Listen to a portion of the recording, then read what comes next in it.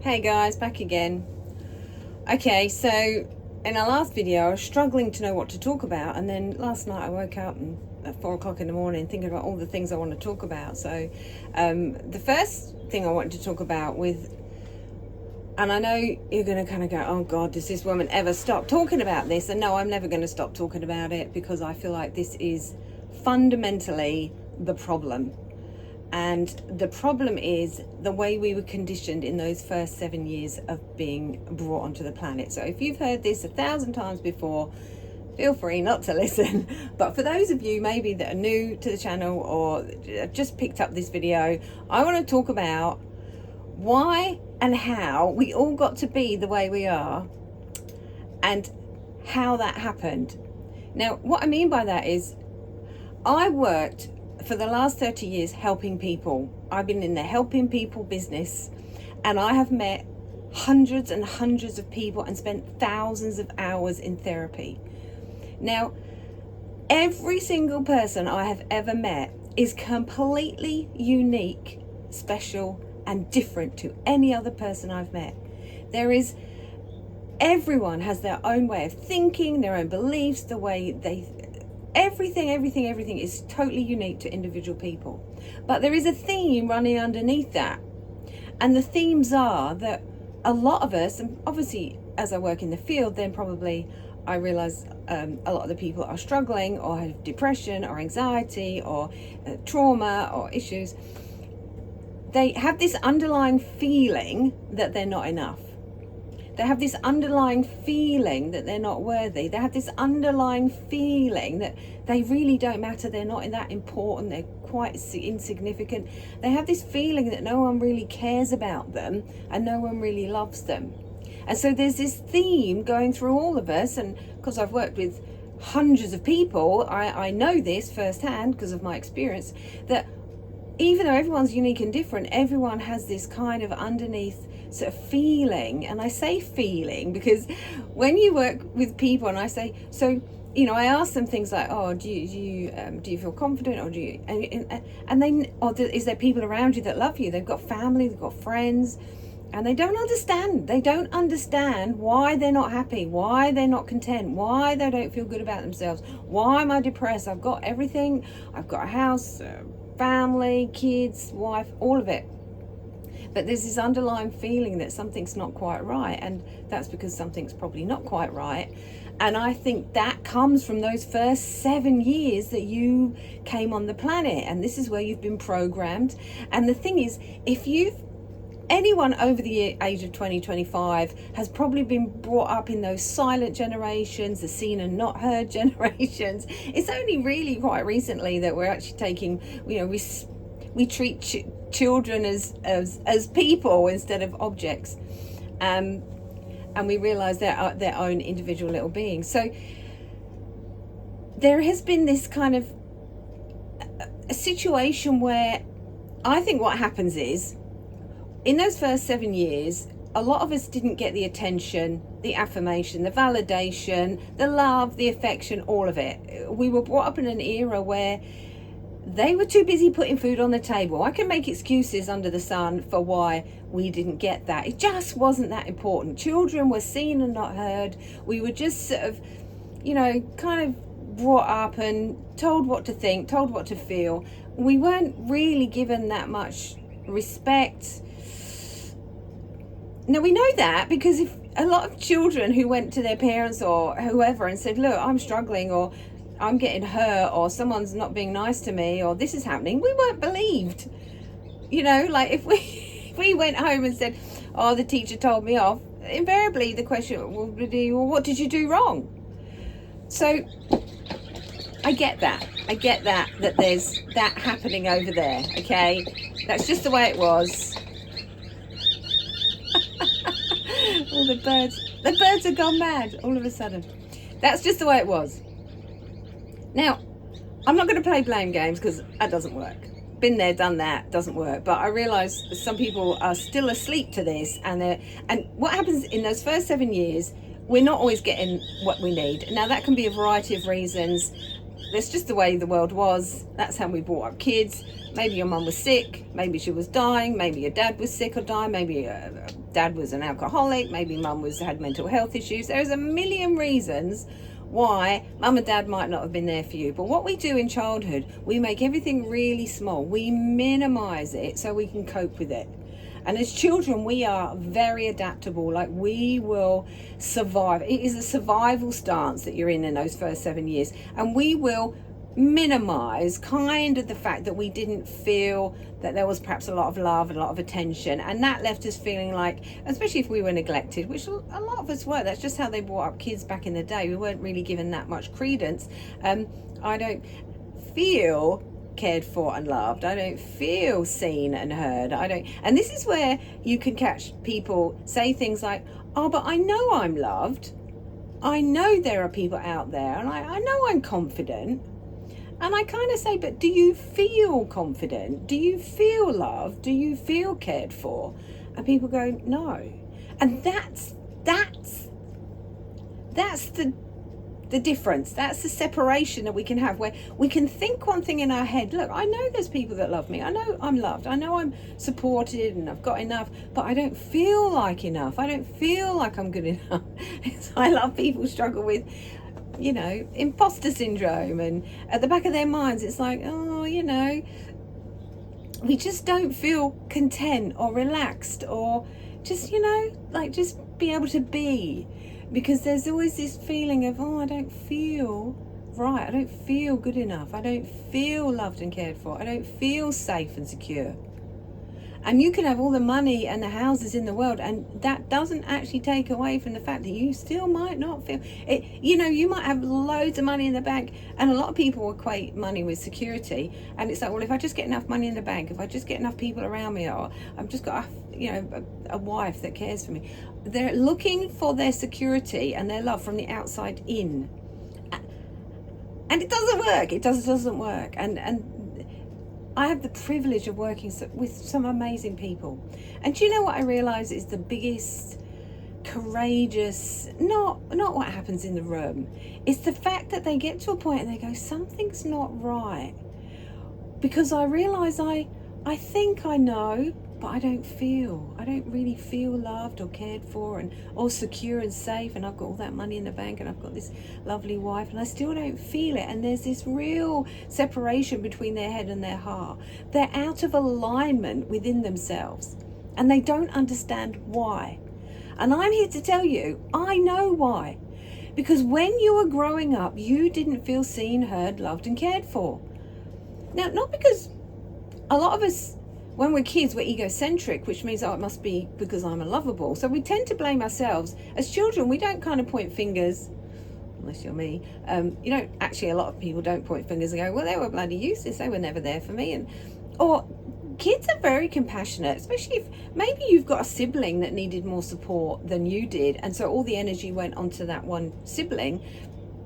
And it's like, in your head why they're not there for you, but actually that wound inside that child's heart still hurts, and you still have this feeling of, I wasn't cared for, I wasn't loved, because, even though rationally, they were too busy over there looking after a sibling that needed them more, it's like you rationalize it all away. Oh, well, I shouldn't, I mustn't, it wasn't their fault. And of course it's not their fault. They're not blaming anyone, but that's not you coming through for that little child that still lives inside of you, that says, I still feel unseen and unheard and unloved and uncared for, and I still don't feel safe. And this is why people who get to the top of their game can still feel insecure. They look confident on the outside, but behind the door it's like, and they're a mess. And they're constantly looking for the approval. They're constantly trying to make people like them. They're bending themselves in two, pretzeling themselves, as I like to call it, to actually be what everyone else needs them to be. So they'll be approved of, liked, loved, cared for. We're still hustling for the love we didn't get when we were 0 to 7. And the most courageous thing anyone can do is to actually say, you know what, something's not right, and I'm going to go talk to someone. Now that's a very vulnerable place, because I know so many people that have gone and seen psychologists, God bless them, I'm sure there's great ones out there, but they have been medically model trained, so they deal with the symptom. They don't actually look for the underlying issue behind why you might feel this way. So they'll give you things to help you deal with the symptom, as opposed to look a bit deeper and go, well, what's the drive? What's driving this anxiety? What's driving this depression? And so they might have a bad experience, or someone they didn't feel heard or seen, or and then they go away and then, oh, I'm not never doing that again, because they're all the same, and I it's a bit black and white. It's like, oh well, I didn't get the help I needed. And it's scary and challenging, and it takes a huge amount of courage to admit that there's something wrong. And this is why your brain is actively working to keep you in denial of a problem. And it will say, oh no, it's not that bad. Oh no, it's not that bad. Oh, it wasn't that bad. Oh, we'll be all right. We'll be all right. Because we are so fearful of feeling emotional pain. Because if we had a lot of grief or loss or trauma growing up, that for a child is unmanageable. That's why we need good parents with a lot of empathy, so they can be empathic to what we're going through. And a lot of them weren't. And the reason they weren't is because they didn't get taught empathy from their parents, and they're not empathic to themselves. So how could they learn? How could they be empathic to you? And so we've got a lot of immature, me too. I was a very immature parent for many, many years, until I woke up and grew up and matured and did the work. And it's not been always easy, but I'm telling you now, oh my goodness, it was worthwhile. But I realized the courage is to actually be brave enough to say, I think there's a problem.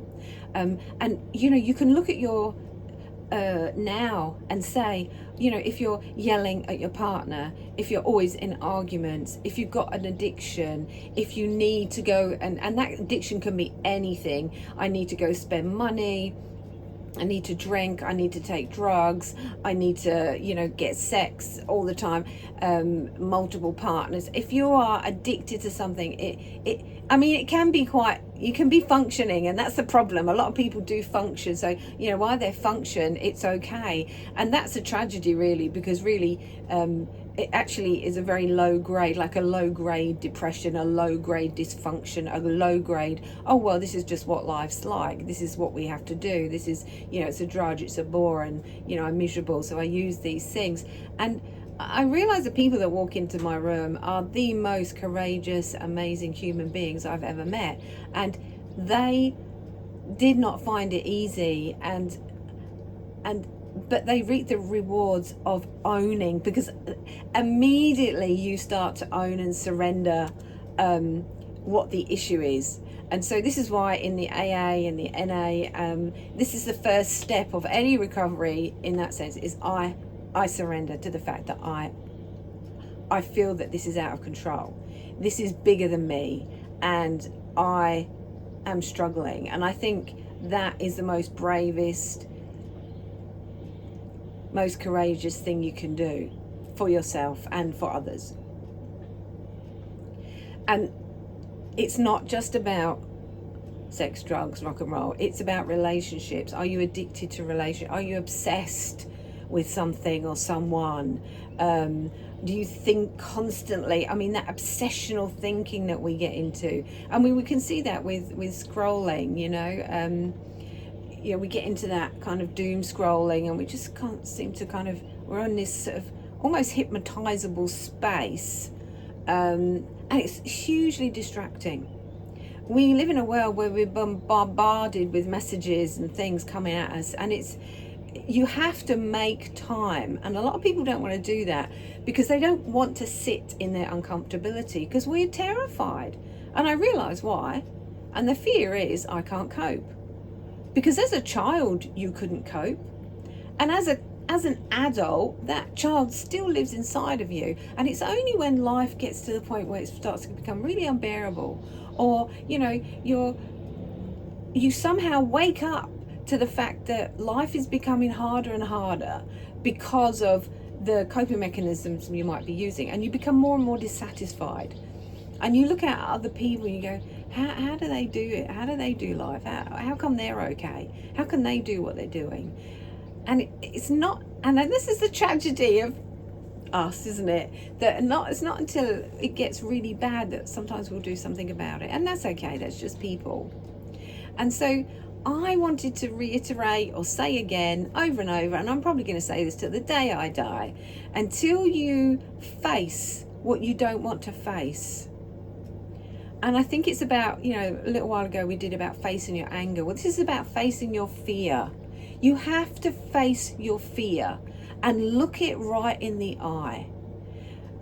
And I think before you even do that, you have to recognize there is fear, because a lot of people are so in denial, so minimized of the fear, they don't even realize they're afraid. Because a lot of the time I'll say, oh, any fears, worries or concerns? Oh, no. And they don't even realize they are afraid.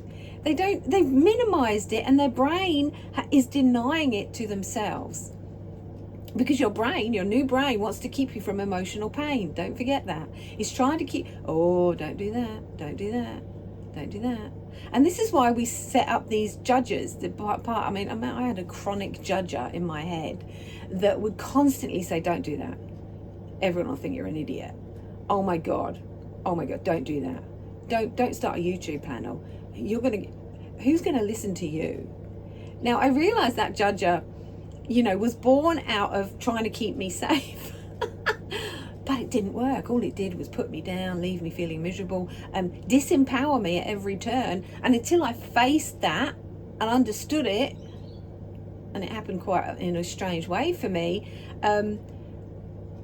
and I woke up to it, and I realized that part of me was just that scared part of me that was terrified of being judged or seen or, you know, abused or rejected or abandoned. And so it was trying to constantly keep me safe, but it was at the same time keeping me stuck. I lived with the enemy. I was the enemy. And to a certain degree we're the gatekeepers. You know, we stop ourselves from really stretching and growing and becoming more and more authentic. And for me, it's about helping people grow into their deep authenticity.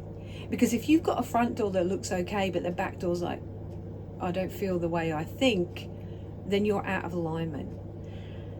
And let's get you back in alignment. Let's get you back into, so you can not just know that you're confident, but feel confident. Just know that you're loved, but feel loved. Know that you're cared for and feel cared for. So all of this comes into alignment. Know and feel secure, because I'm telling you now, you can have everything and have nothing, and have nothing and have everything, you know.